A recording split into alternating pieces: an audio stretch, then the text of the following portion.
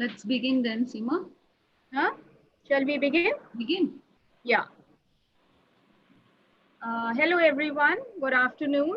And it's my pleasure to have all of you be part of yet again another edition of CWDS seminar series. And I am very happy to welcome Professor Shirin Rai. And she is a most distinguished academic, and we are very happy to have her today. So let me give a brief introduction to those who don't know of her.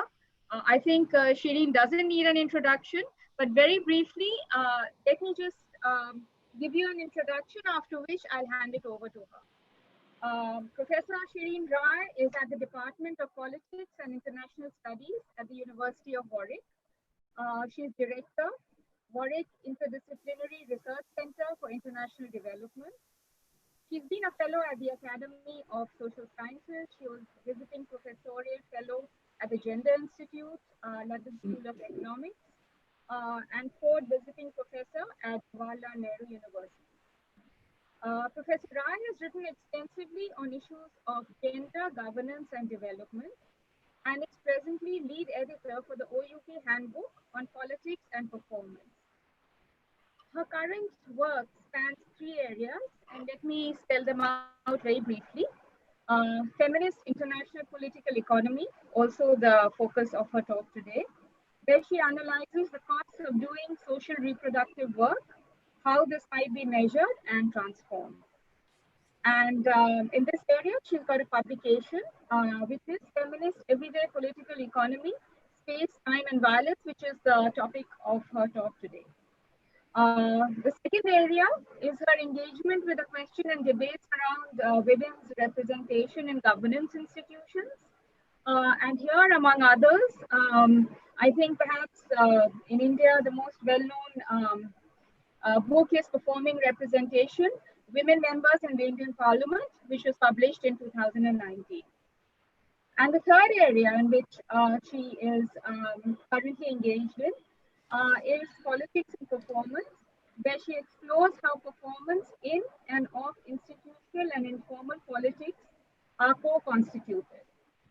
And among other publications in this area, her books are The Grammar of Politics and Performance and Democracy in Practice, Ceremony and Ritual in Parliament. And her latest book is From Depletion to Regeneration, addressing structural and physical violence in post-conflict economies, which was published this year. So a very warm welcome to Shirin Rai, and it's all yours, Shirin. Seema, thank you very much for inviting me and for this generous introduction. CWDS is in a way my home, really. I've been going to CWDS since I was at university in Delhi. So I'm particularly keen to speak here, and I'm really honored that you asked me to do so. I think the paper I want to present is a co-authored paper by my colleague Vanita Elias and myself. I've been working in the area of social reproduction for quite a while now, and this was an attempt for us to bring together two very specific and important literatures, one which is a feminist international political economy literature on social reproduction, and the second is the literature on the everyday, which for some interpretations of which are actually pretty ungendered, and we were curious as to why this might be so. And what would we do, we gain by bringing these two literatures together. So I hope to convince you that this is a worthwhile enterprise. And I think this is particularly useful today as we live through this pandemic, where the scale and intensity of social reproduction has increased and where our everydays have been radically reshaped, including this lecture today. This allows us, I think, bringing these two literatures together allows us to highlight the importance of social reproductive labor in the maintenance of everyday life and the costs attached to it, the structures of power that constrain, govern, and discipline everyday life, as well as gendered forms of agency that serve to reshape the everyday. So my argument in the paper is that social reproduction is the everyday, that the two are co-constitutive.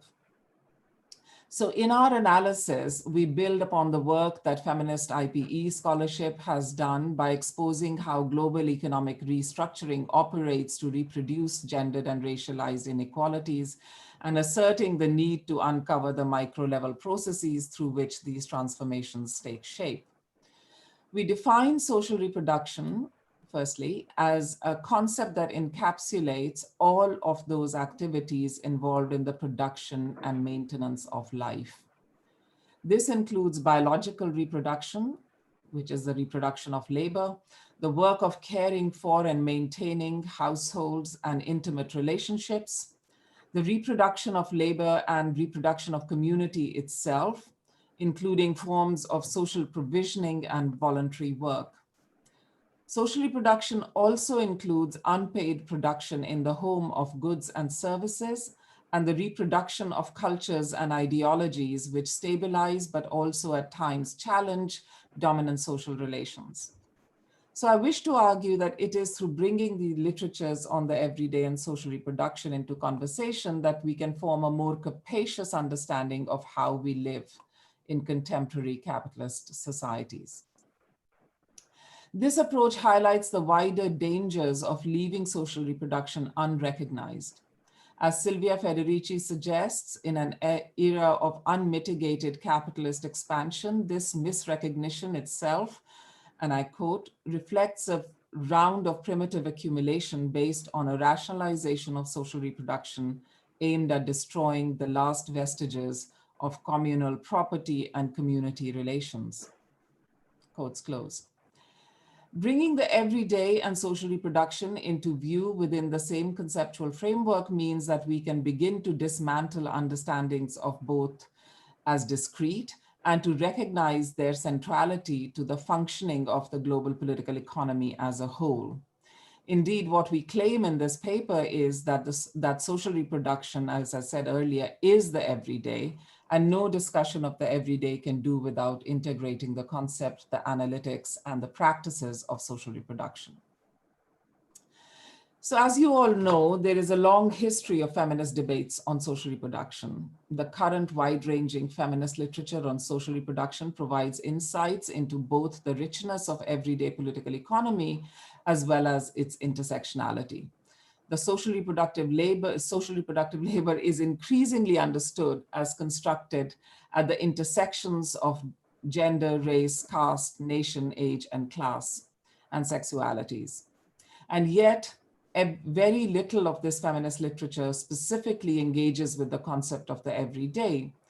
Such a lacuna needs to be addressed, not least because a significant everyday turn is underway in both international political economy and international relations, which seeks to reveal the importance of the mundane, the banal, insignificant practices and objects, challenging a perceived macro level bias in international studies. And it enables us to look beyond the very logics of politics, economics, division that dominate the big questions of IR and IPE.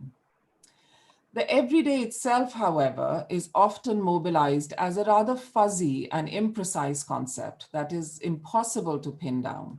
It is strangely elusive and resists our understanding and escapes our grasp. The seeming lack of precision accorded to this term in certain respect is part of its appeal to scholars in that it provides a basis for interdisciplinary dialogue and serves to move the study of IPE in novel directions. But there are limitations to leaving a term so loosely defined, we feel anyway.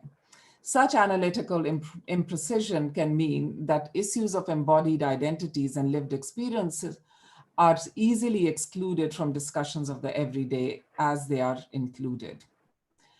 Abstracted at a meta level, we overlook the tangled boundaries of intersectionality that animate our everyday worlds as lived experience. So approaches to the everyday within IPE are many and varied. One survey of this literature has suggested that IPE work on the everyday is characterized by either a focus on agency of non-elite actors or the mechanisms through which everyday life is governed and disciplined. A division that feminist work does not easily conform to, even given the long-standing feminist methodological concerns with the need to reveal gendered structures of power alongside expressions of voice and agency. And I'll come back to this in the final section of this paper. So one of the biggest names in everyday literatures is, of course, Henri Lefebvre. Lefebvre's work draws attention to the routines and rhythms of everyday life, as well as how the everyday operates as a manifestation of the spheres of consumption that maintains capitalism. Although the everyday is for Lefebvre a sphere of consumption, he also makes us aware of contestation and change through sexual desire and love, for example, play and celebrations. In so doing, he calls for the production of an unalienated everyday of autonomous and thinking human beings. Lefebvre's work certainly serves as one jumping off point for thinking about a political economy of everyday life. But feminist scholars have pointed out that his theorization of everyday life does not focus on the gendered materiality of production, reproduction, and consumption that features in his depiction of everyday life. And when it does, it largely does so as an account of how the boredom through domestic incarceration is daily experienced by women. And I'm not suggesting that we don't experience this boredom, but it is also interesting that it actually focused only on this aspect of social reproductive work. Nita, can I have the next slide, please? Throughout space-time, so we have tried to develop our understanding of social reproduction as the everyday through a framework which we call Space-Time and Violence Framework, the STV framework, in which we provide an insight into how social reproduction is not only done every day, but also how it is central to understanding everyday life under global capitalism. It is mundane labor involving drudgery, routine, and repetitive tasks, even as it can be fulfilling, emotionally rewarding, and consensual. It also capaciously envelops production and reproduction in a unitary account, one that gives equal weight to the production of commodities and the reproduction of labor. In terms of practice, social reproduction remains a site of struggle, both at the everyday grassroots scale and in terms of high politics as policy and law in particular, over how and when it is organized, regulated, recognized, and/or valued, over who undertakes this labor and why, and over the wider political implications of the non-recognition of social reproduction in conventional economic analysis. Social reproduction, therefore, is not understood as the locus of repressive and unchanging gender relations, but one which has the potential to challenge and transform the power relations that serve to devalue social reproductive labor. So this allows us to think through how agency and resistance matter to an understanding of social reproduction as well as the everyday. In short, we see a feminist political economy analysis as one that captures both the reproduction of mundanity, everydayness, alongside a recognition of the everyday as a site of agency and resistance. Next slide, please. Feminist scholars, Nita, yeah. Can we have the next slide? Nita.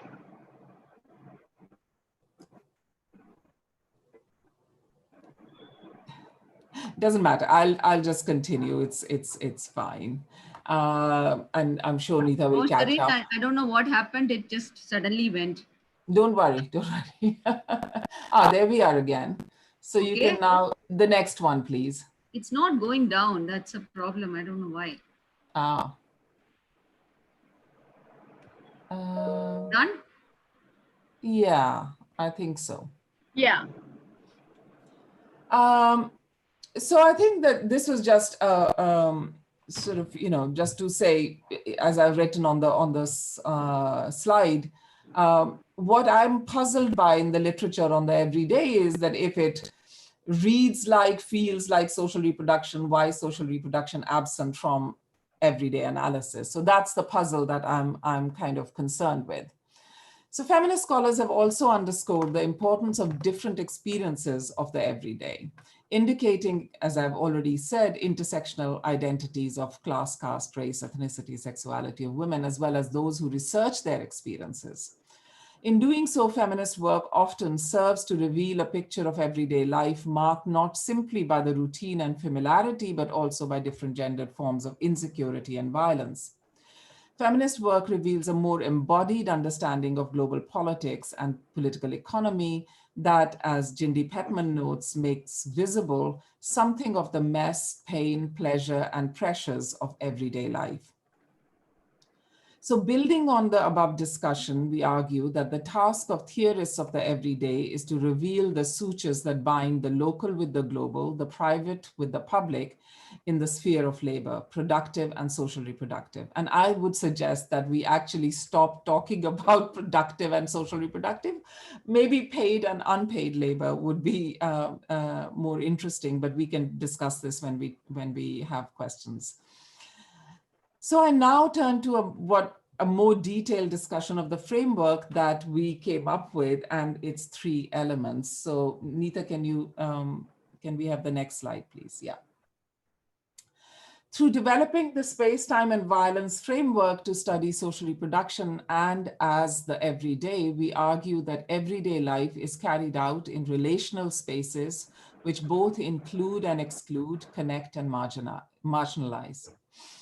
In this sense, as Lefebvre has argued, it is embedded in the social relations of embodied everyday human practices. It is then a social product as well as a concrete abstraction. We suggest that space is relational and a gendered terrain of the everyday. In terms of time, we reflect on the rhythms of gendered segregated social reproductive work, generating strains of sociality that become evident in the negotiation of space as well as in the everyday violence, both structural and domestic.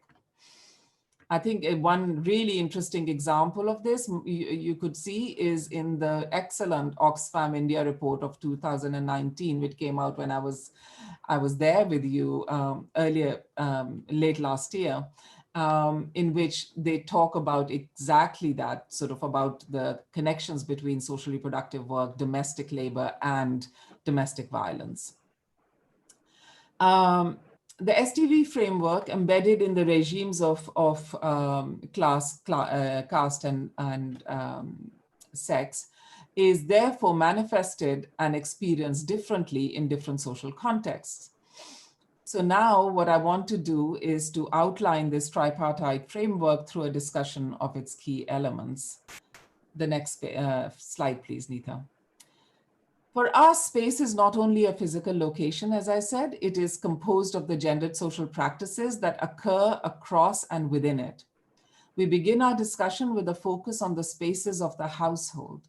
But such a focus should not be read as a suggestion on our part that social reproduction is neatly containerized within the household, even though it is central in most people's everyday lives.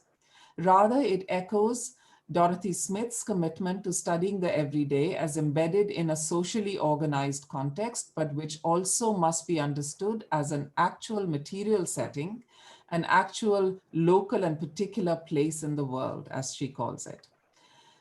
And a world that is studied by researchers who are themselves, I would say, located in their own everyday lives as bodily and material existence. Thus, alongside a discussion of the household, we also explored the relationships between social and reproduction, between social reproduction and mobilities. Following our discussion of Lefebvre above, we must consider the connections between capitalist modernization and the forging of public-private divides in which the everyday comes to be set apart from public space, no longer identified, as Michael Sheringham calls it, with the anonymous sociality of the streets. Thus, the practice of the everyday cannot simply be captured within the public-private binary, but at the same time, placing of the household firmly within the realm of the private has enduring political and economic effects. These effects include the non-recognition of social reproduction, as well as the prevalence in economic development planning of assumptions regarding the existence of nuclear households headed by male breadwinners and often supported by state ideologies promoting women primarily as homemakers, mothers, and reproducers of the nation, rather than as active citizens with claims on the state. Feminist scholarship has been central to unpicking these binaries, revealing, for example, how the household is not and never has been a closed space separate from capitalist production, but exists as a site in which work and social reproduction co-constitute the everyday. Reproduction of labor and its governance link inextricably the economies of intimacy and of the market. As so many feminist scholars have, especially Marxist feminist work on Indian home workers has shown, the global economy entangles relations of domesticity in the spaces of the household through gendered regimes of labor. Greater visibilization of how households exist as actual sites of productive and simultaneously social reproductive work matters, not least because of the forms of precarious working that characterize home-based work. In this sense, the production of household space is sustained through scalar hierarchies which render households as outside of political economy analysis, even as the inside and outside continue to be co-productive. And yet what might be termed a Fordist myth of the neat division between production and social reproduction continues to persist. Further, the concept of the household as an economic unit has been radically reimagined and even challenged under conditions of global economic restructuring.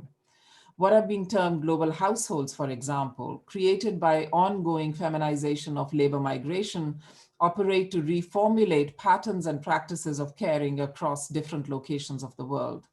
Practices that are becoming ever more reliant on extended family networks and the buying in of paid and poorly paid domestic labor.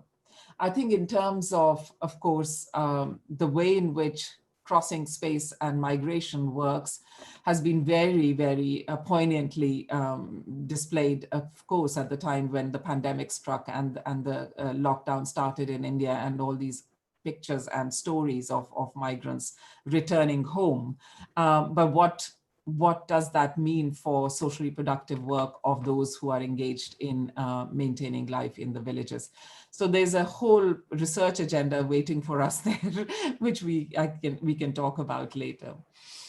Global production and care chains, of course, then serve to stretch households spatially across national boundaries, and international boundaries, even though at the same time households retain their local positionalities as sites within which social reproductive labor predominantly takes place. Next slide, please, Nita. While the household is a site of imbrication of production and social reproduction, it also has a materiality that exists in the physicality of its own self. This is a materiality that matters not simply because the walls of the house may serve to obscure household relations from view, actually and politically, and discursively demarcate the boundaries of the public and the private, but also because so many of the struggles of everyday life revolve around securing adequate shelter and maintaining and provisioning of the home, as well as oppressive regimes of property that exclude many women. Nonetheless, that so much of the remittances generated by household members working overseas go into the building, maintenance, and provisioning of homes underscores the way in which the global reimaginings of households are tethered materially to the home itself. One concrete way of demonstrating the power of the STV framework, we think, in the context of the household is to discuss the immobility to and from work. Travel is done over space, requires not only time, thus stretching the margins of work time, but also affects the body, increased tiredness.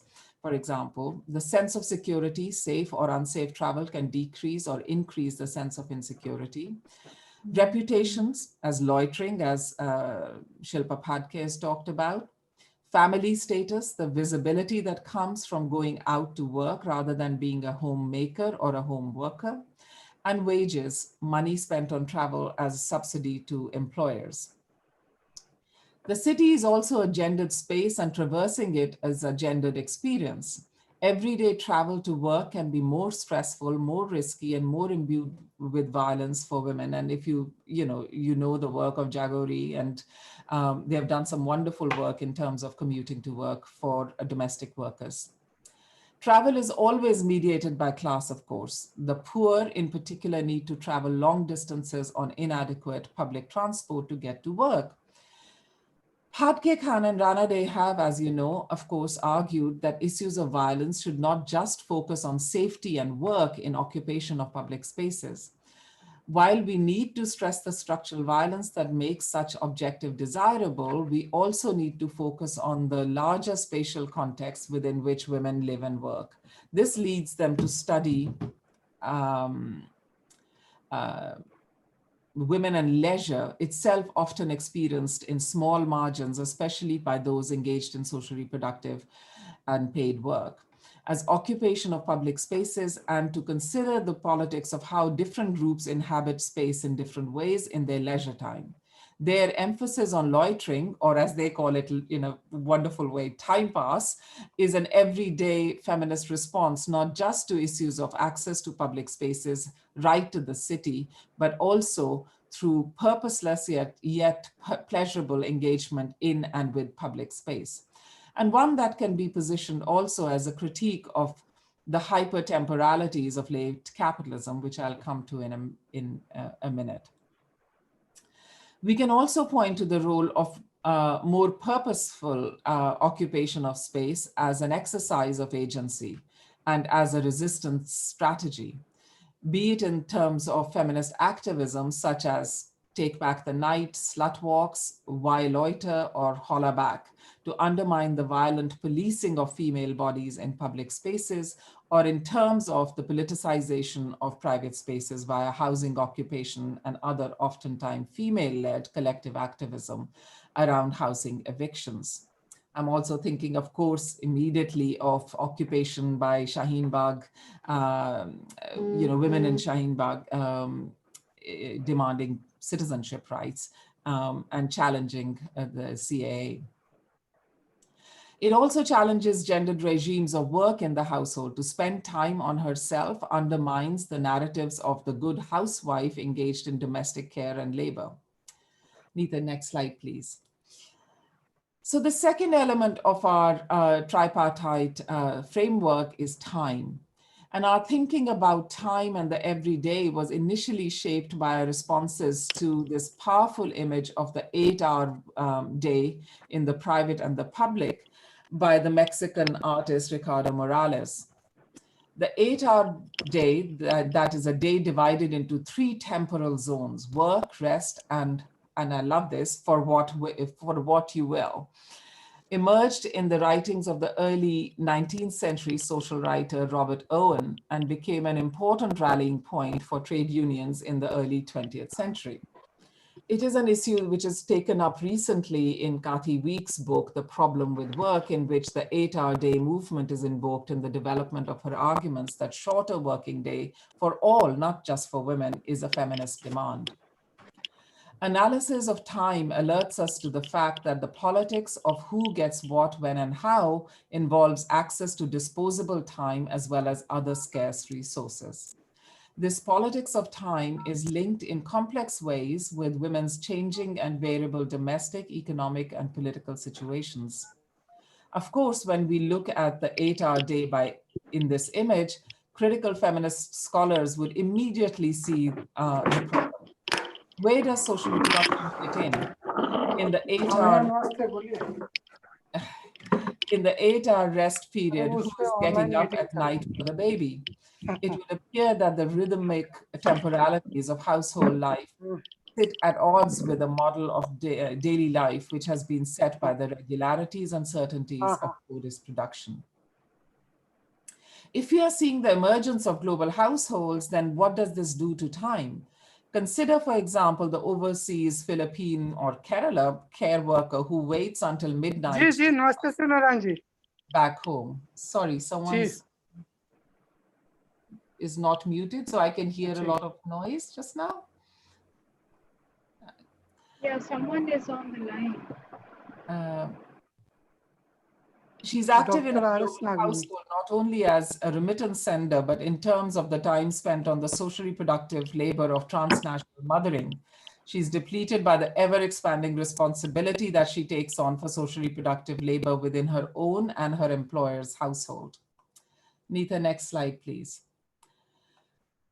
Social reproduction takes time that is disregarded as work time. Research employed time use surveys. Of course, Neeta is one of the people who has used this a lot, and many of you have as well, has emerged as an important feminist methodology involving diaries, observations, interviews by field workers, group discussions, etc., and provides important data on the centrality of social reproduction to women's daily lives. So if we look at an example of such a time use survey, one was done in Tanzania in 2006. The report is called Who Cares for Us? The results were not surprising. That women spend most amount of time on unpaid care work and only slightly less than men on what under the rules of the UN system of national accounts is called productive work. Secondly, the survey also pointed to the fact that hiring domestic workers lightens the load on women of the household, and that where women are in employment, it is more likely that domestic help will be hired. In other words, time is a resource that women in paid work can buy in. As a commodity, it can reduce the burden of everyday labor for some women at the expense of increasing it for others. A strategic focus on time as commodity in the context of the everyday then allows us to see how a depletion through social reproduction, productive labor is built into the everyday social economy of the individual households and communities, and how gendered norms of care secure these discrepancies in different kinds of work.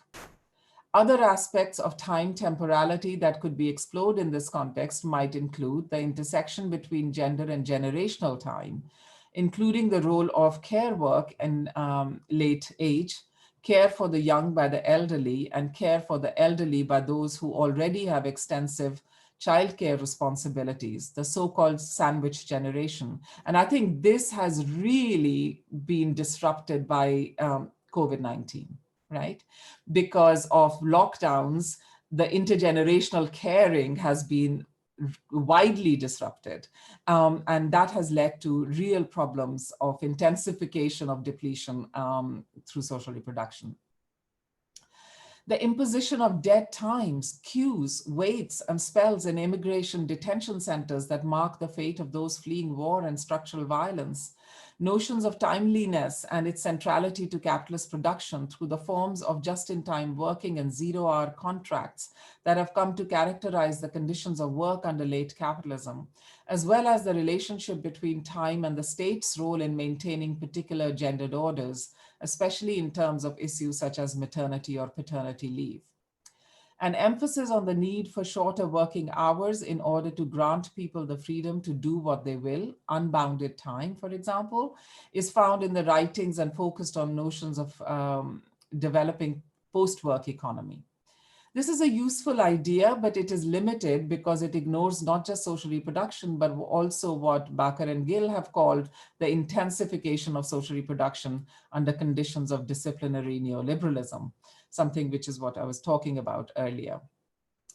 So and also, there's work on feminist politics of time, which underscores the recognition of the importance of temporal rhythms outside the commodified clock time. So, which you can see in the image. So basically what we are arguing here is that time must be recognized as a feminist issue, and as Kathy Weeks argues, resistances can be understood as the possibility of gaining a measure of separation or detachment from capitalist control, imposed norms of gender and sexuality, and traditional standards of family forms and roles. Next slide, please. The third element that we look at is the structural violence of the everyday. So I've already been talking about that to some extent by looking at space and time. We see violence that underpins the everyday as regimes of labor, law, and policy that secure the boundaries of the public and the private, of property, systems of rulemaking, of justificatory ideologies of separation and segregation, where boundaries of race, caste, ethnicity, and sexuality are created and defended by violent acts. Violence manifests at the level of the everyday and everydayness with consequent harms. This is an understanding of violence that is necessarily structural, but also one that recognizes the significance of individual experiences of violence in developing and understanding the everyday political economy. Our approach specifically situates social reproduction and the depletion through social reproduction that occurs in everyday life as at its center through a focus on gendered harms. Nancy Fraser has argued that there are harms of non and mal recognition of gendered exclusions. And in my work on depletion through social reproduction, I've conceptualized harm as physical and mental harm, emotional and discursive harm to the individual, household, and community, and also harm to citizenship entitlements. We can thus study violence and the harm that it generates at both structural and experiential level, although both are, of course, also imbricated. Violence serves to connect gendered rule within both the private and the public sphere. It also intensifies harms at moments of crisis, pandemics, for example, or war, economic and social collapse as well. Violence operates over space and time. Boundary wars can be conceptual, institutional, but also spatial and fought discursively through exclusionary laws and policy, but also with guns and bombs, sexualized violence as well. Disciplining, challenging, and reshaping spaces can also invoke violent moments of confrontation and resistance in the everyday. Less attention, however, is paid to how global political and economic transformations play out in households in ways that both empower women as well as disempower women, in many cases increasing the threat and exercise of violence against them. For example, in a paper that I did together with Pratiksha Bakshi and Shaheen Sardar Ali, we found that honor crimes in India, and we sort of looked at the media reports on that, one motivating factor for households and communities disciplining young women and men who transgress boundaries of caste and class in romantic relationships was the fear that the liberalization of the Indian economy, increasing migration of young men and women to cities, and the easier access to westernized cultural media would lead to the erosion of traditional gendered practices of marriage. By emplacing everyday violence in the context of wider social economy, we can also examine the structural violence of non-recognition and its consequent harms as revealed in the links between the everyday, the state, and the global regimes of social reproduction. Next slide, please, Nita. In our tripartite analysis of the everyday as that constituted through time, space, and violence, we do not wish to imply a structural predominance. We have tried throughout to incorporate a discussion of agential mobilization in our analysis. Much of feminist work on agency has not started from analyzing the place of individuals in the social landscape. Rather, the social landscape has been integral to the analysis of individual agency, as the hinterland of colonialism, as the field of capitalist production, and as the space of social reproduction. However, we also resist the valorization of agency that often bubbles underneath some of the everyday as well as feminist critical literature. We argue that an unreflexive focus on agency can obscure the costs of taking action. Finally, we cannot pay attention only to gender as a single axis. As Sumi Madhok and others have noted in their paper on agency, agency is always so in ways that intersect with hierarchies of power. So within the STV framework, everyday agency does not necessarily lead to the transformation and reshaping of the political and economic environment, although that might be the case and often the ambition. Rather, everyday agency is exercised both to maintain the structures of power through violence, both direct and indirect, structural, physical, and symbolic, as well as to negotiate and challenge these. The possibilities of transformation are mediated by the attendant gendered risks to individuals and collective agents. Next slide, please.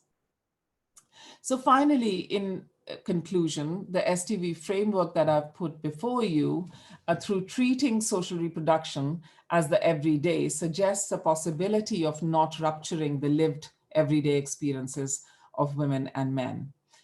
This framing can then prevent a refraction of the public and the private worlds, the marketized and the non-marketized economy of work and care. It insists that there is a gendered politics of the everyday because social reproduction is the everyday. Thank you.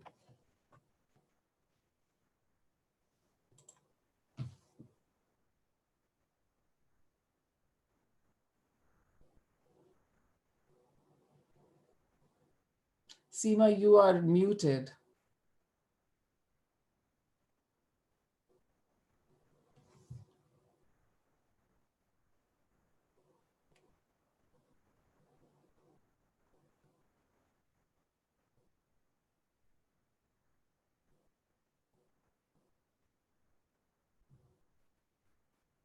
Thank you, Shirin, for a very thoughtful questions. People can ask, the audience can ask individual questions, but before that, please identify yourself and you can unmute your mic and ask a question. And can I please request the others not to put on their mics because then there'll be a lot of, kind of noise. So questions, please, or comments?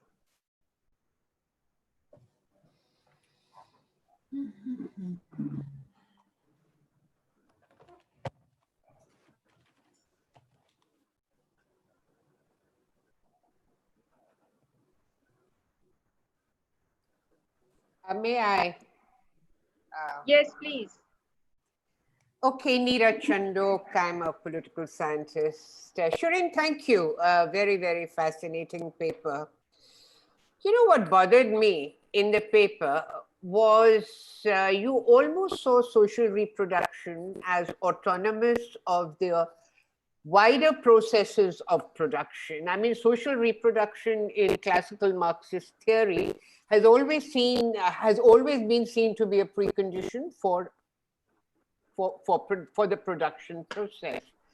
Now, if social reproduction is the process by which labor power is produced and by which the workers get a certain amount of comfort, which they're able to perform their functions more seriously, why would you see this as autonomous of the wider processes of production? I didn't find an anchor. I didn't find social reproduction as a relational category, though I'm sure you've done it in your paper. I mean, I know your work, but that relational aspect was missing. It's almost as social reproduction is a whole category which is self-sufficient.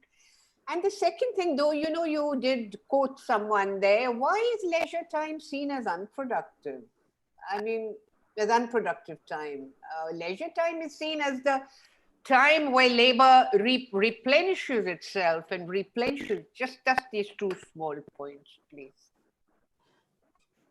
Shall I answer now or should I take a couple of questions? Seema?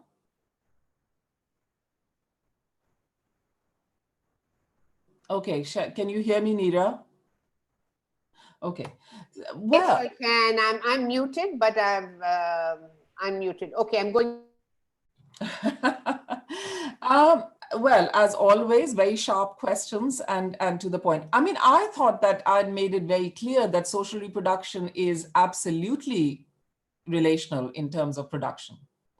So what I've been arguing throughout my work and in my presentation just now is exactly that it is the way in which social reproduction is regarded under sort of capitalist regimes of production and social reproduction that leads to the unlinking of the two. And really that we need to bring it back to that. So say, for example, the question, and also that is related to your second question about leisure as unproductive. So if you take, for example, the system of national accounts through which GDP calculations are done nowadays, right? And this is fairly recent. It isn't very long ago that this was not the case. But now you've got a disconnect that is between what is seen as productive time and unproductive time, commodified time and uncommodified time. And what is counted for in the GDP is productive time. What is counted for is paid labor, what is not counted for is unpaid labor.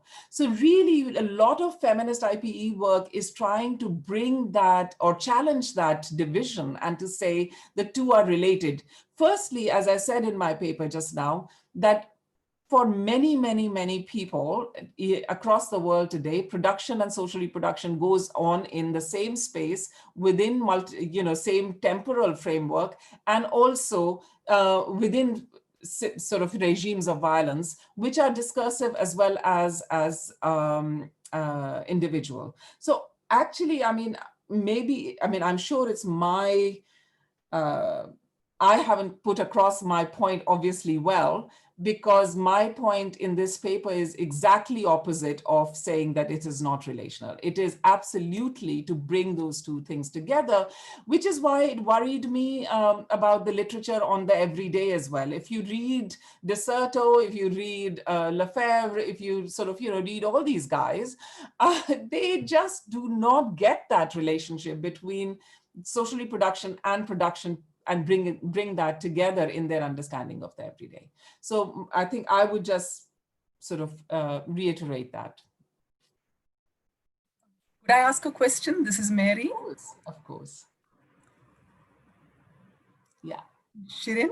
Yes, of course. Yeah. Of course. No, I'm still not quite with you in terms of what is the hinge that the everyday is providing.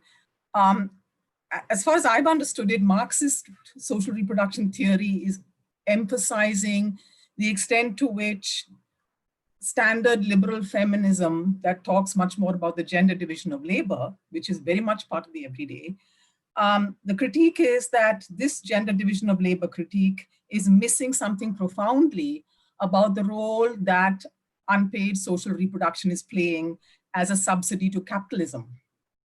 The point is not to get the men to do the dishes or the kids to do their bit. The point is rather to what extent is capitalism being subsidized by all this unpaid work, such that were this work to be paid by the state or by capital, actually capitalism would collapse. That's the depth. So what I'm not getting then from what you're describing is how would the everyday actually bring this to visibility? I mean, we are looking for ways in which this aspect of SRT must be brought to visibility such that liberal feminists don't keep misrecognizing the problem as making the men do their bit, making the children do their bit, etc., which doesn't do anything, is not a problem for capitalism at all, to get the men to come home and then also do the cooking, or to get the kids to, clean the floors. That's fine for capitalism up to a point, so long as the worker will still go back to work the next day. So how is your bringing the critique of everyday life into the picture actually pointing out this aspect of Marxism that we got from the wages for housework folks and from others since then? I don't know if my question is clear, but that's where I see the edge of social reproduction theory doing something different from our standard descriptions in liberal feminist work.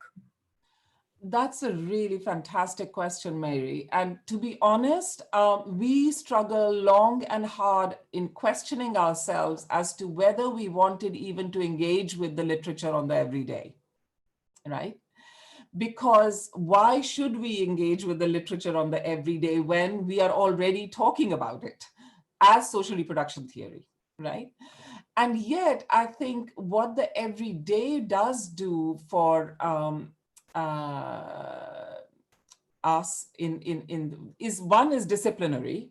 So one is about sort of, how a lot of social reproductive theory as well. I mean, you've seen the latest book that came out, Titi Bhattacharya's, it is set at such a macro level of analysis that in terms of political action, it just kind of leaves people behind.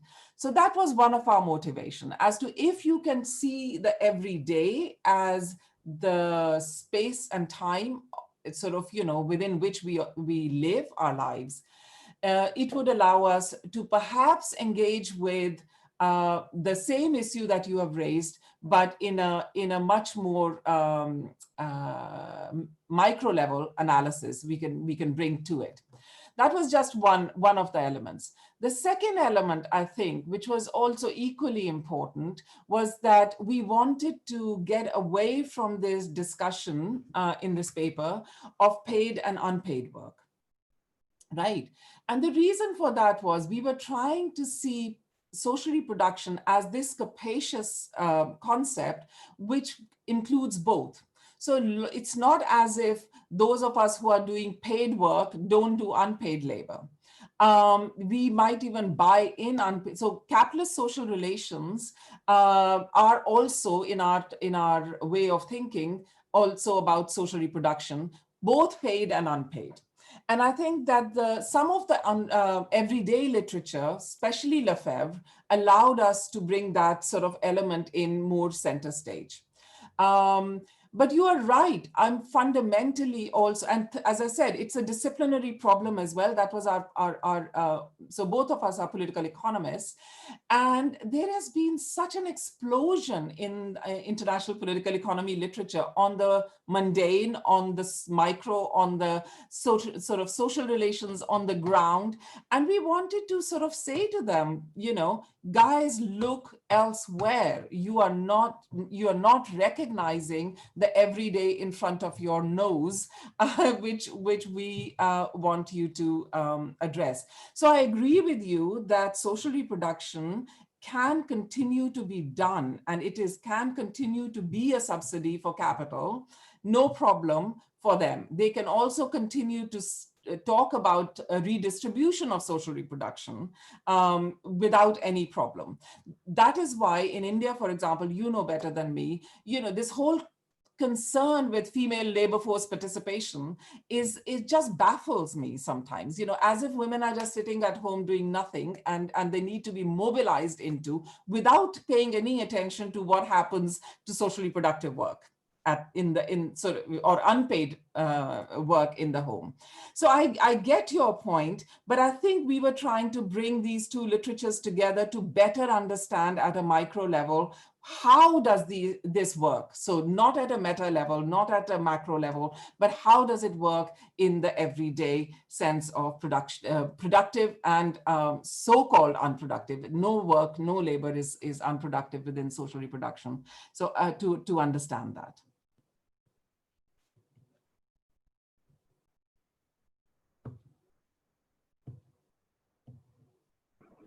Thank you, Shirin. Next question.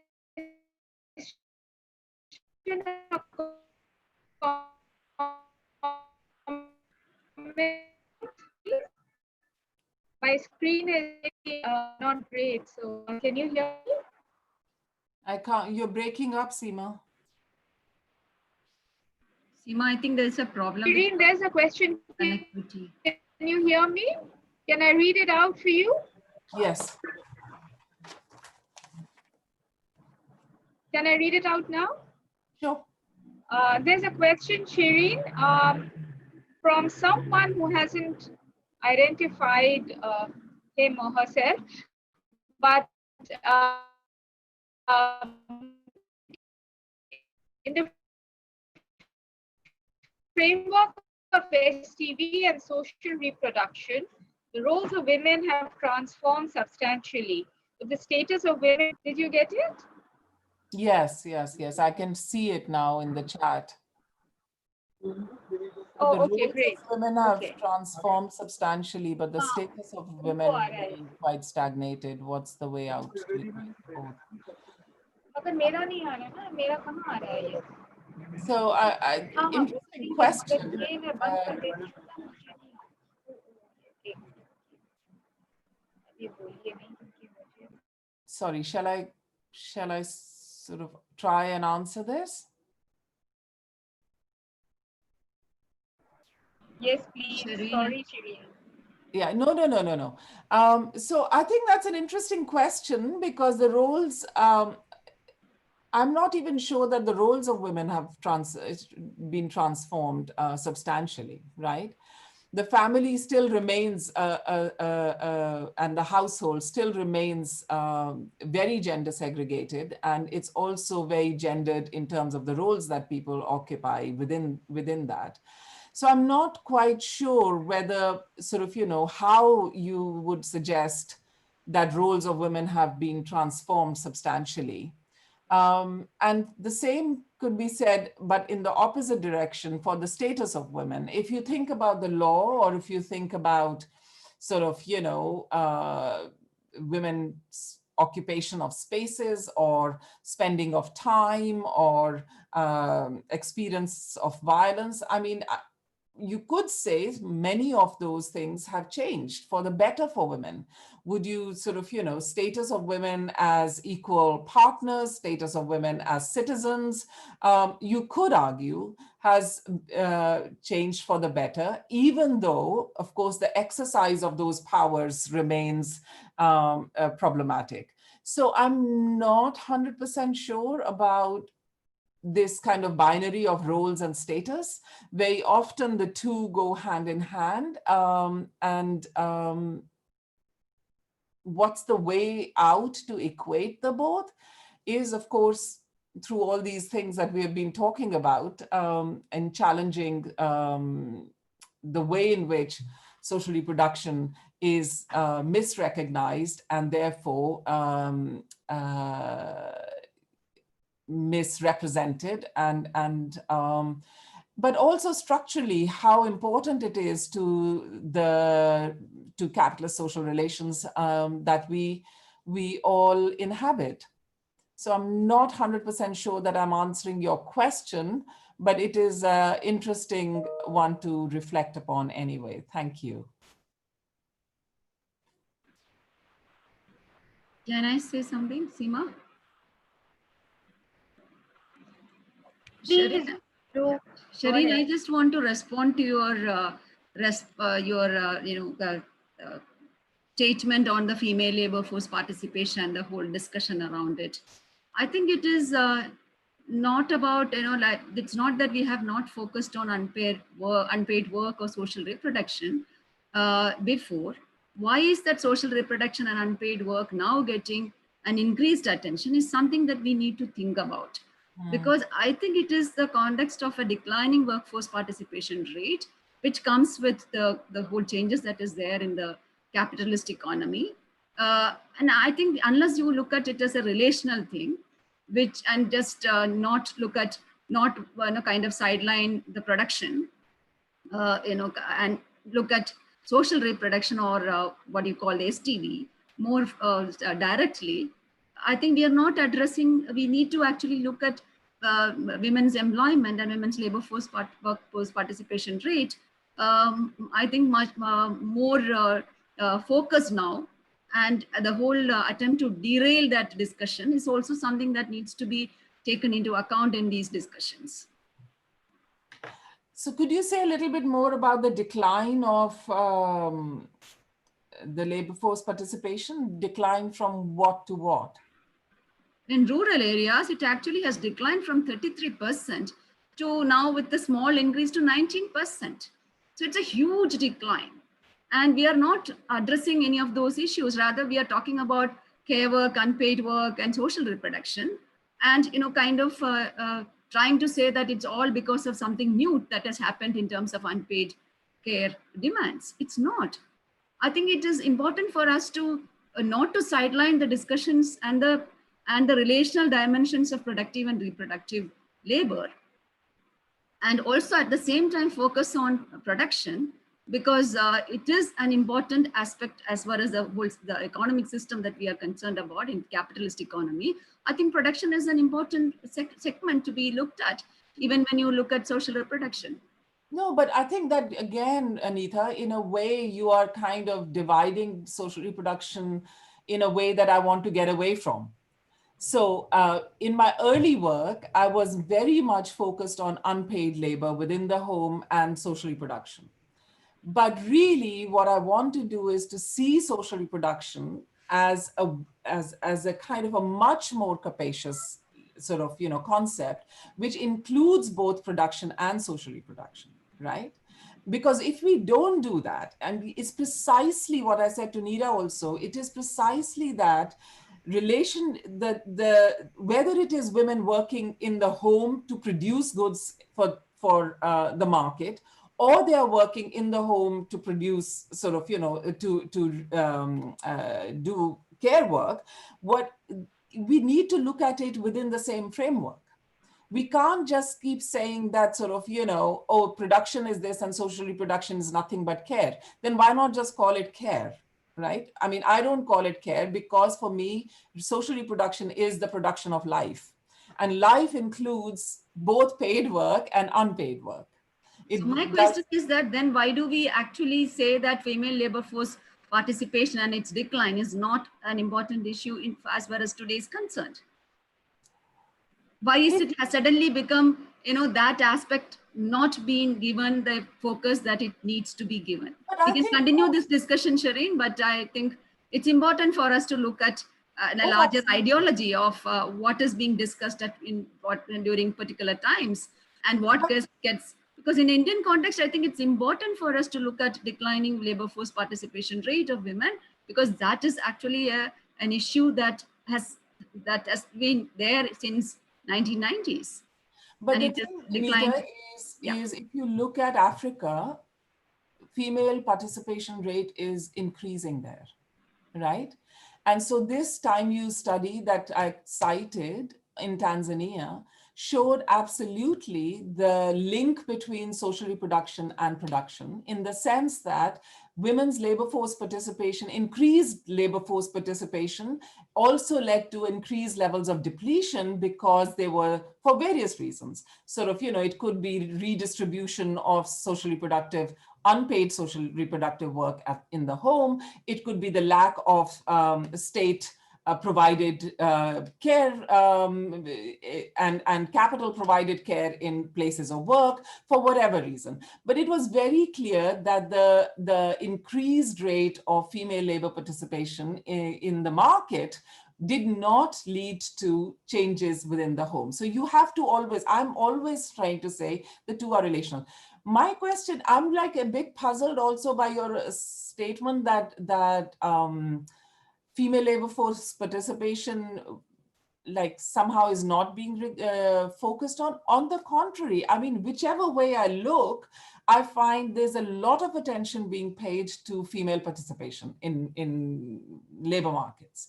Whether it's the World Bank, whether it's the IMF, whether even that, what is it called, the World Economic Forum, they're constantly focusing on that. But what they're not constantly focusing on is, and at the same time are undermining, is through austerity laws, through attacks upon the state as too big for its own good, is really how to support that. Right? So that's where social reproduction and production are intimately linked. So for me, it's not just a question of like, oh, we shouldn't be looking at, but we should be looking at it relationally. Absolutely. And that is where I keep coming back to also this thing about the SNA, which is that if you are going to keep putting social reproduction as care work outside the production boundary, you're never going to recognize the need for the state to provide those things, support, right? Just quickly, 2 comments, if I'm allowed. The time use survey, follows a different methodology. Even in Indian context also, if you look at workforce participation rate, it anyway gives a better picture because the methodology is very different. The definition is, and the methodology is very different. But what I'm saying is that even when we are discussing in the Indian context, the declining labor force participation rate of women, we are one issue that has been now getting attention is about care work, limiting women's or unpaid work, limiting women's capacity to enter into the labor market.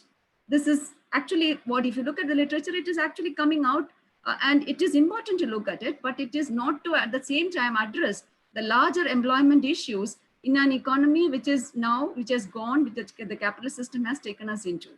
So there is a question of larger employment, and that also needs to be addressed simultaneously when we talk about social reproduction, whatever, however we look at it.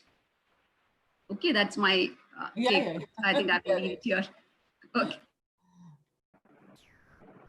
Thank you, Neeta. Can I say something? Can you hear me? I'm not clear. I'm not sure because I'm doing it on the phone. Ooh. Am I audible? Yeah, I can hear you, Indrani. yes. Okay, Shirin. Well, actually, my question is a little different. I'm a little sort of worried that matching the 2 literatures as you have tried to do or integrate them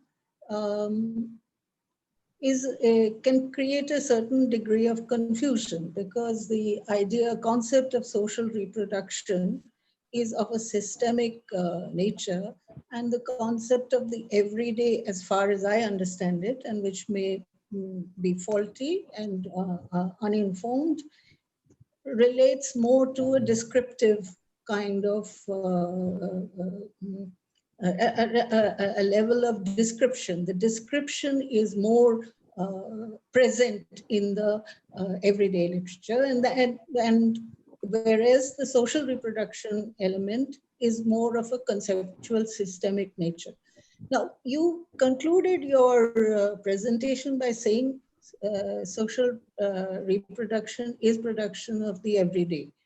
But the question that is bothering me is that there's a certain valorization of this as if capital determines everything. Capitalism and capital determines everything. Actually, modifications, changes, and change is a constant product of class struggle, as I understand it. And this element, when it is missed out and you just put social reproduction as a particular sphere, firstly, I don't think it's just a sphere. It includes the reproduction of the system as a whole. So it includes production and reproduction. And so it sort of seems as if it's a conversation between 2 spheres, whereas the systemic features and the descriptive features, how they relate to each other, is also mediated and determined by several other forces, of which I would say that class struggle is one of the key features. So, it doesn't seem to figure in this discussion. Yeah, you're right. I don't think that you're right in your description of the everyday literature, because actually Lefebvre is very much building on Marx, even though see, I don't even have to tell you not to smoke now. But he talks about, he's very much situating the everyday as reproduction of capitalism through patterns of consumption, through patterns of distribution, through sort of, occupation of space, and through exercise of agency. And I think that is something that is common to sort of, all the everyday literature. You are quite right that we don't talk about class struggle at all in, even though we talk about class and how, so for example, when we talk about domestic labor and buying in of domestic labor, that is completely sort of, connected to issues around class, but we are not talking about class struggle in this paper. So there's nothing I can say about it except to say that that's another piece of work that we need to do. We wanted to sort of situate social reproduction within the capitalist social relations. We haven't actually discussed in this paper how you can transform, and that was also going back to Abhishek's question about way out. We haven't discussed that. We are just trying to understand and analyze capitalist social relations through the lens of social reproduction as the everyday, not social reproduction and the everyday.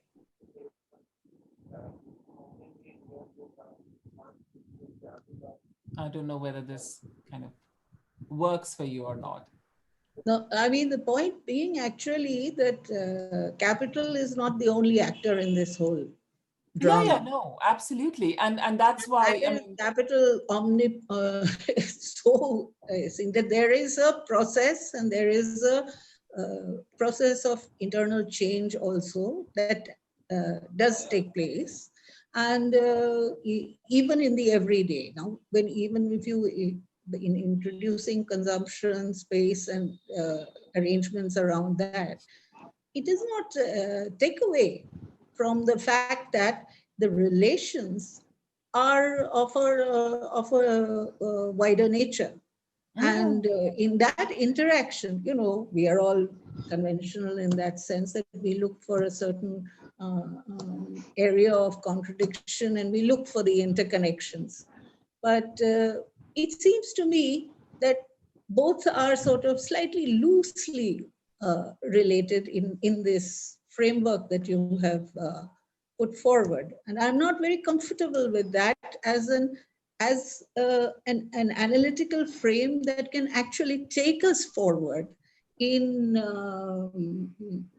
moving on any transformation agenda. And that's my only fear as far as that is concerned. I think you're right in that sense at one level, but my question would be that unless we recognize, we cannot change, right? So how is it that we are understanding and analyzing our everyday? And that is where the issue of agency, I agree with you that, we could have looked more closely at class struggle as a transformatory thing, but we look at it more within the context of the way in which agency sort of works within the everyday. So that's our focus rather than sort of trying to, but yeah, I can see where you're coming from.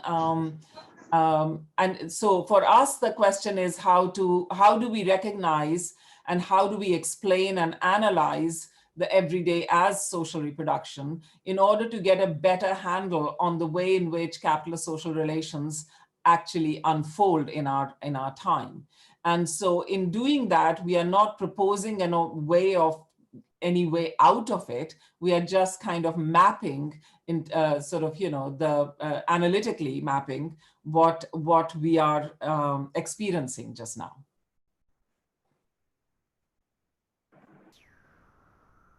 Discussion later on. Absolutely. See, we never got around to an adda. This is an adda discussion, really. So. Thank you, Indrani. And next, anyone else with a question or a comment?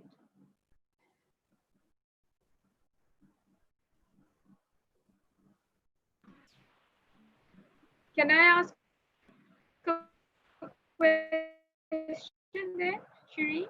Yes, of course. But I can't hear you. My question is of, can you hear me now? Yes.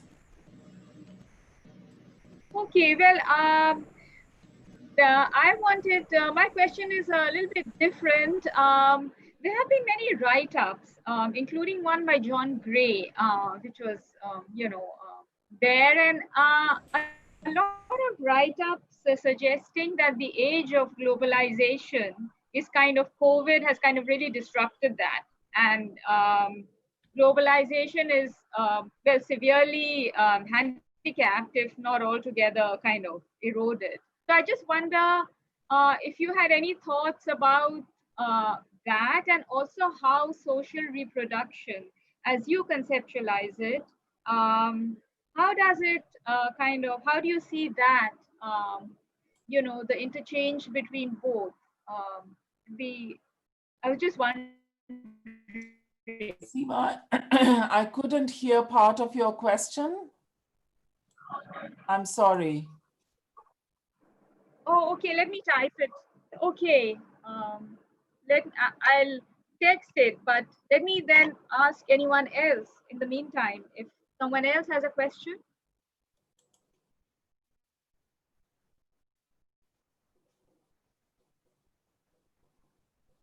I'll try again, Shirin. Yeah. Can you hear me? Yes, you're just a bit crackly, but yeah, try again.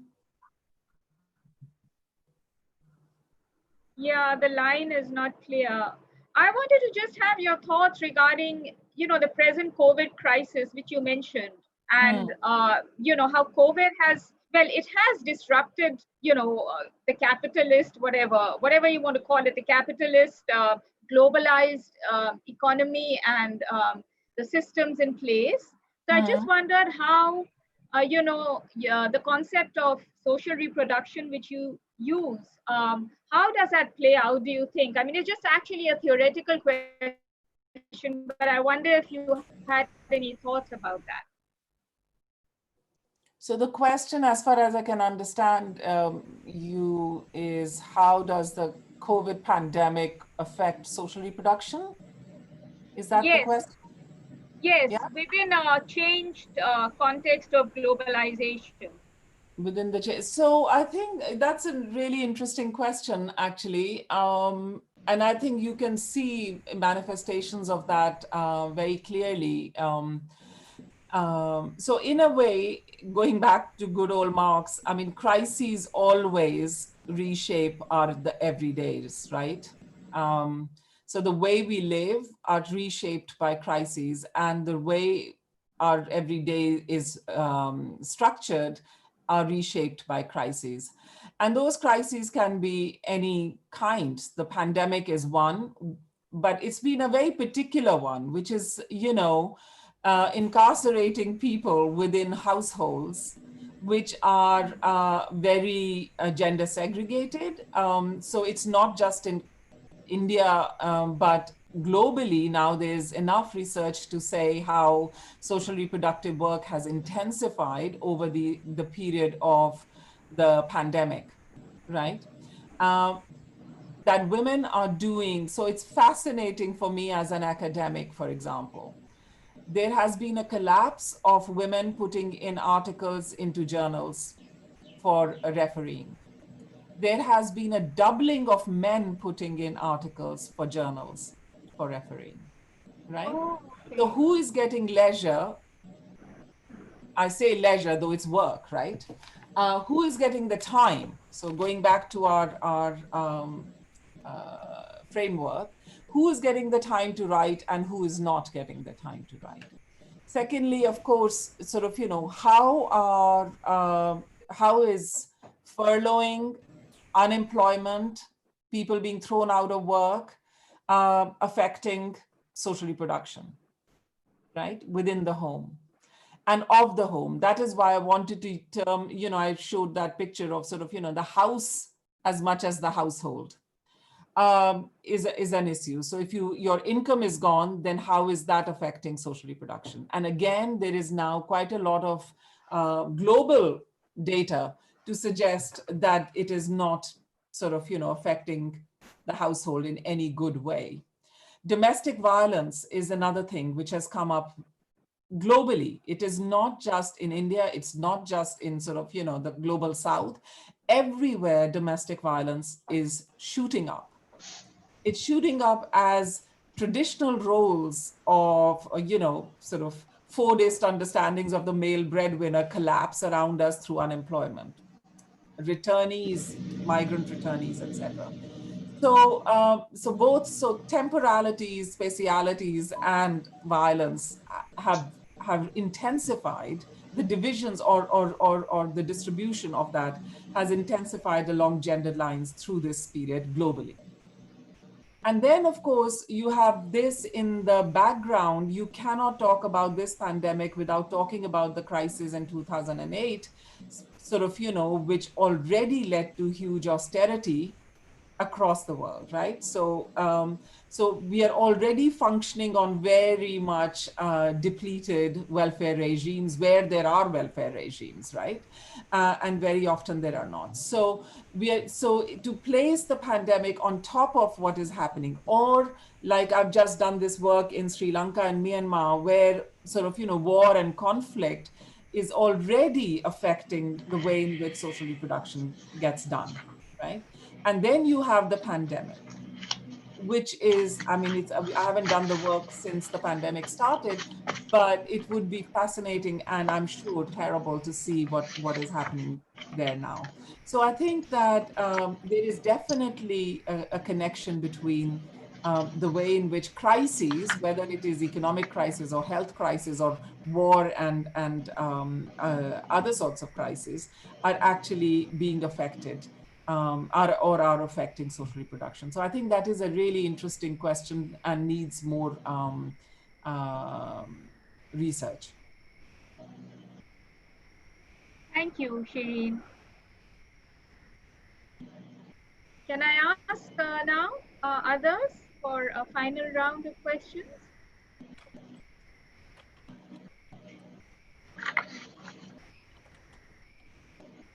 Anyone else? Can I come in again if nobody else is wanting to say something? Yeah, sure. Ima, before that, there is a question in the chat now. Okay.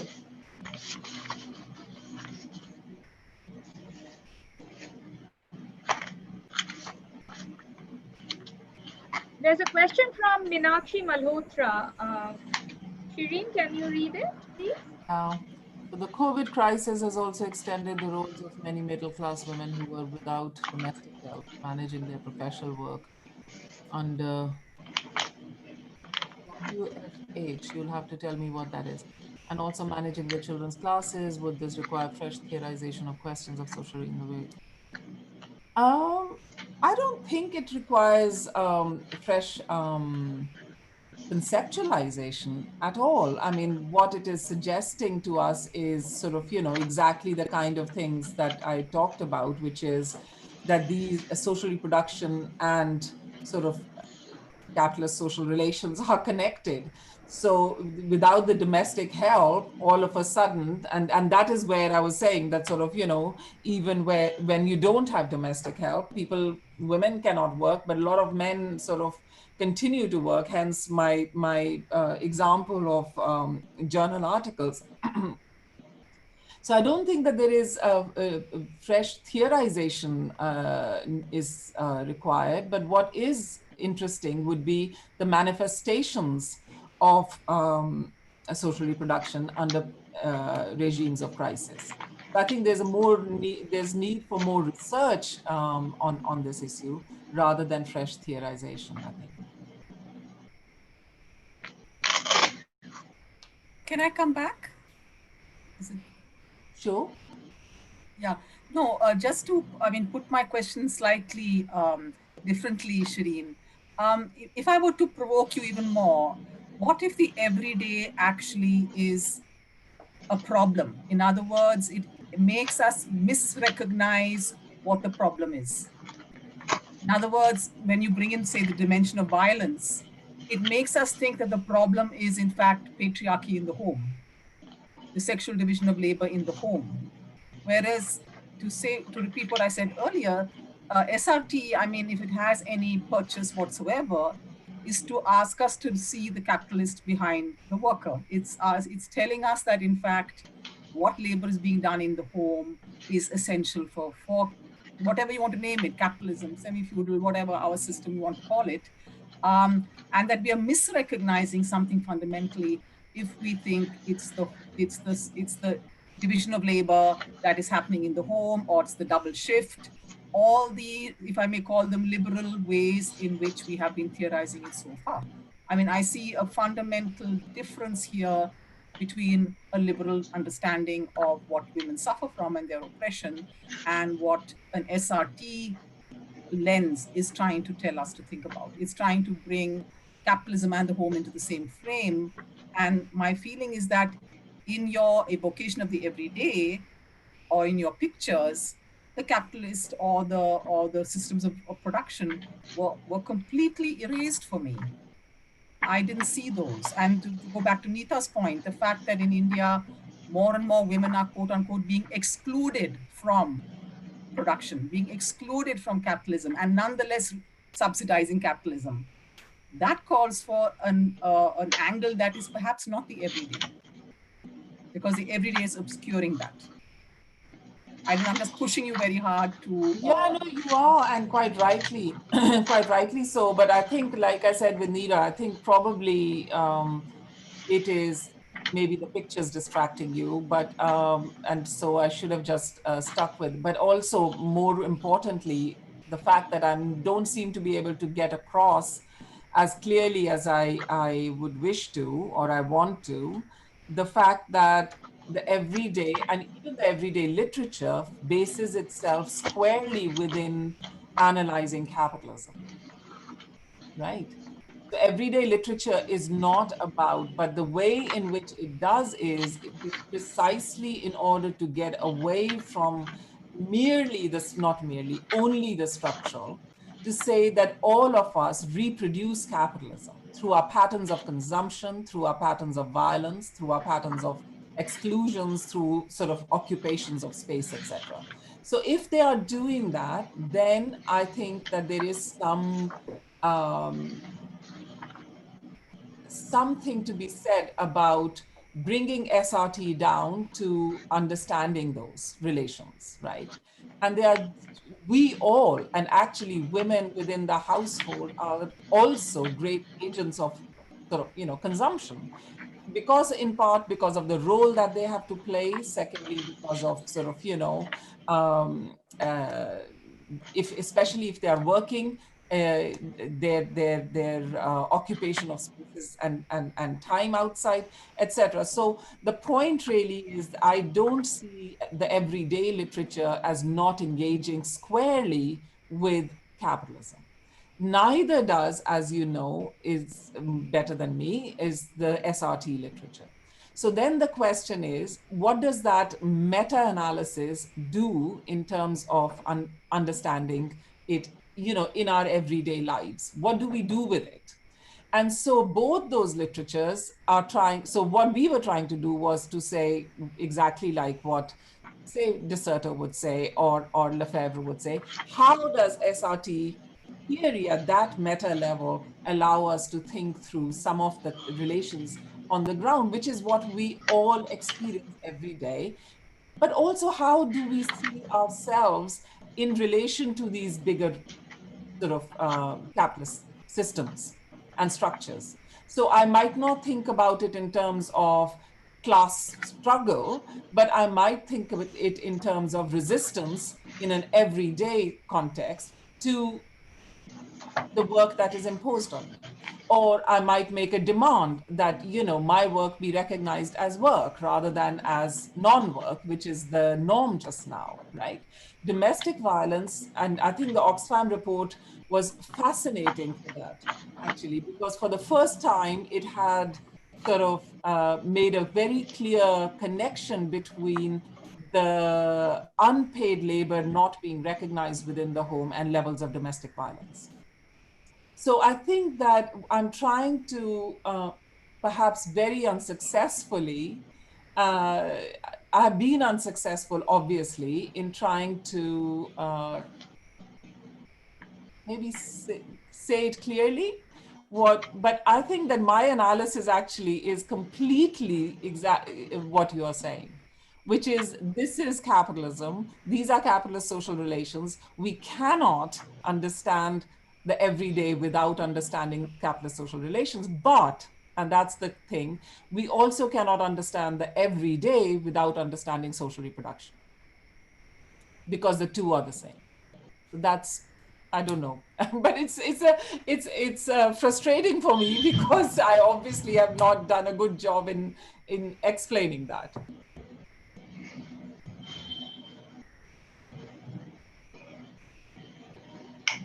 Is that better than before, Mary? Is that okay? Yeah, I guess, I think the illustrations weren't helpful. Okay. I shall I take think note of that. it needed, they weren't helpful, to me at least, to me. Okay. All Yeah. right. All right. Yeah, I Thank you, just want, Mary. Indrani, you I, want to come in again? yeah, Okay. yeah. Shireen, there's a little bit of a problem when you're confining social reproduction to only capitalism. Because capitalism is interacting with other systems which are also being reproduced, or other relations which are being reproduced simultaneously. And especially when you're looking at it at a global level, we have to factor in the interaction between capitalism and non-capitalist social relations. And this becomes most important in the sphere of social reproduction in a country like India, because here, I mean, in social reproduction, if there is, which includes unpaid labor in production, there are several elements which are sort of get missed out if you only use the capitalist uh, framework as only capitalism existing, as if this is kind of valorization of capital as the only actor, which it is not. There are other elements to it. And when we look at social reproduction, we have to bring in these other elements in order to develop a better understanding, even of the everyday lives of people.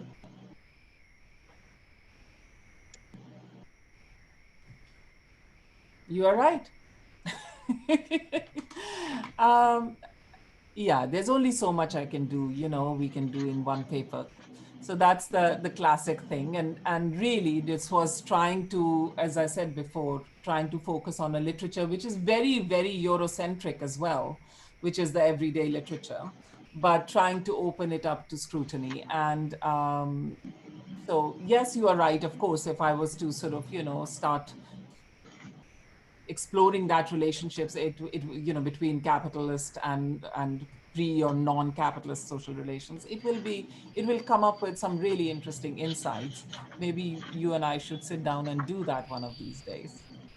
But also how, I mean, seriously though, how also the everyday manifests itself differently in different contexts, right? So, but that was a point that we were trying to get across also, that it isn't just in big cities, in metropolitan cities of the West, that the everyday takes shape. It takes different, it's manifested differently in different contexts. So yeah, you're right. But yeah, I can't do more than what I have just now.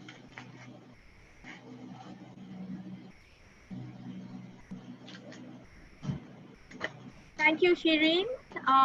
Any more questions? I had a quick question, Prabhakotishwaran. I guess thanks, Shirin, for a very, very enriching lecture, and I really look forward to reading your paper as well. And I really do think that focusing on the everyday is a brilliant opportunity to connect the systemic with what's happening on the ground. And certainly, as someone who's very interested in ethnographic methods, I can really Prabha, see you should speak into the mic.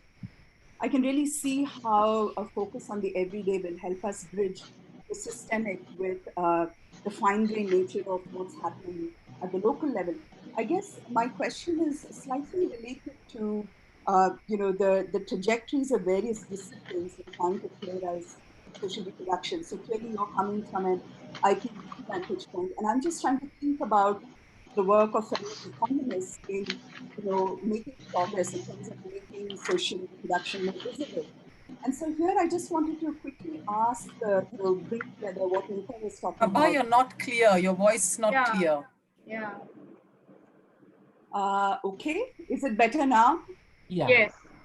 Okay, so I guess what I wanted to ask was the role of feminist economists in trying to redraw the production boundary and find different methodological ways in trying to account and recognize social reproduction. So certainly pre-COVID, it seemed to be that a whole range of international organizations uh, were calling for women to work outside the home, right? I mean, and in the past 5 years, it's really dramatic. The number of international organizations that have called for increased work outside the home. And actually, I want to make a small correction to what Shirin said. It's not that they don't recognize the social reproduction work that women do. In fact, if anything, they claim that it's the unpaid work that women perform, which are a barrier between them and paid work in the market. And so obviously this is it's a liberal ruse. I mean, it's not as if international organizations are really going to change fundamental structures in the way that capitalist workplaces are structured so that, there's reduced social reproduction. But I think if you bring their sort of neoclassical view of the world in conversation with what the UN is doing in terms of SDG 5.4, 5.4 is very clear that it pushes back and places responsibility on the state to socialize, I suppose, social reproductive services. So I'm just curious about how should we make sense of SDG 5.4 and the role of international organizations in trying to increase women's labor force participation rate. How should we understand this from a social reproduction theory perspective? Prabha, thanks so much for that question. And I will send you my paper on exactly SDG 5.4, but reading it in line with SDG 8. And my colleague, Kanchana Ravanpura, and another colleague, Ben Brown, we wrote a paper for World Development on exactly that, how on the one hand, they are recognizing unpaid labor and want the states to do something about it. And on the other hand, they're continuing to center stage GDP as a way of measuring growth and decent work. I mean, it's just, so I can send you that paper if you want, sort of, it really does. But I'm not quite sure that I agree with you that they want, they think that redistribution of social reproductive work within the home is necessary for labor force mobilization. I think that they would like, so on the one hand, the state says to employers that you should have creches, etc., child care facilities, etc., doesn't take into account the demographic changes, especially in Europe and parts of East Asia or Far East, like Japan, in terms of also care relations as a result of that. On the other hand, whoever they are asking for still the state to be a relatively small state under conditions of austerity.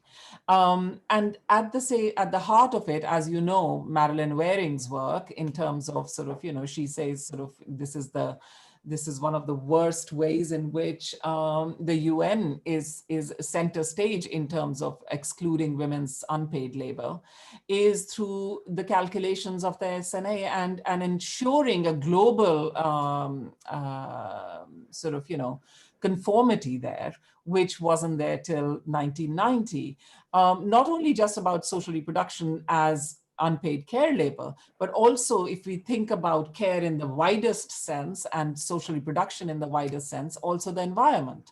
So the environmental accountants have been arguing for a very long time now that really GDP should be calculated after debiting environmental damage if you are actually going to see this as an accurate way of understanding growth in our societies.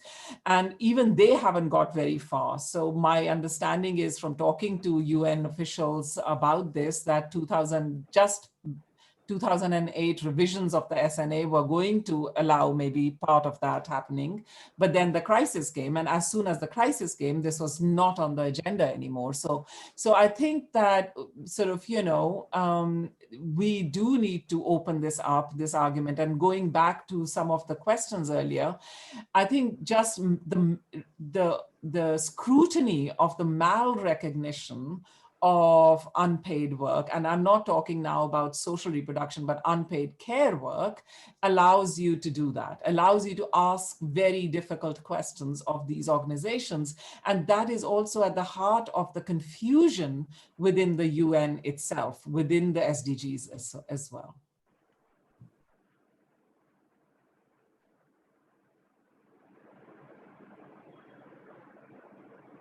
Thank you, Prabha, for your question, and thank you, Shirin.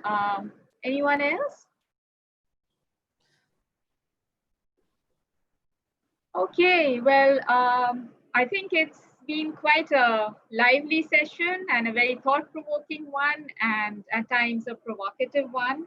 So I would like to thank very much and very warmly Shirin for joining us. And I'd like to also thank the audience. Thank you very much. And I'd like to thank CWDS for facilitating this. So thank you all very much and stay very well. Thanks, Seema, and thank you everyone for fantastic questions. Thanks, Shirin. It is just lovely to see you all. Thank you, Shirin. Yeah. Next time in person. Yes, absolutely. Absolutely. Take care. Bye-bye. Thank you, Shirin. Take care. Bye. Bye.